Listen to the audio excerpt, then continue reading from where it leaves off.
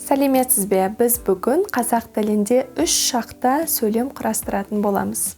Hello, today we will make sentences in the 3 tenses in Kazakh language. Өткен шақта in simple past tense, осы шақта present continuous, және келер шақта in future tense. Өткен шақ past simple.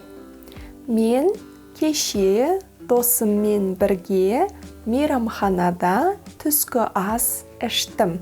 I had lunch at the restaurant with my friend yesterday. Нақ осы шақ present continuous. Мен қазір досыммен бірге мейрамханада түскі ас ішіп отырмын. I am having lunch at the restaurant with my friend now. Келер шақ future tense.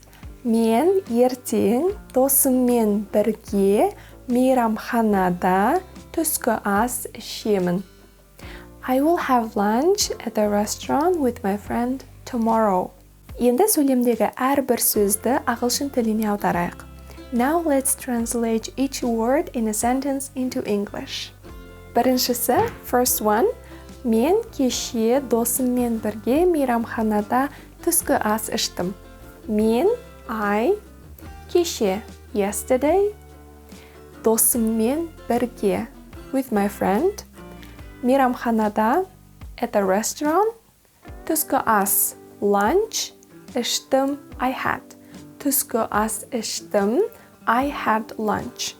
Нақ осы шақ, present continuous, мен қазір досыммен бірге мейрамханада түскі ас ішіп отырмын.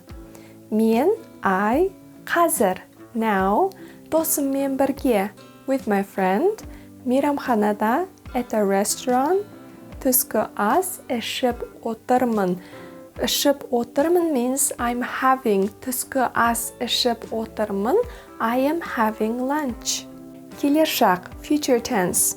Мен ертең досыммен бірге мейрамханада түскі ас ішемін.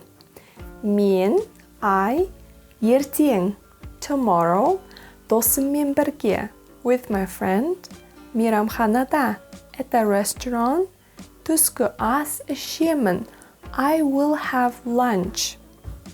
Кеше, yesterday, қазір, now, ертең, tomorrow. Түскі ас іштім, I had lunch. Түскі ас ішіп отырмын, I am having lunch. Түскі ас ішемін, I will have lunch.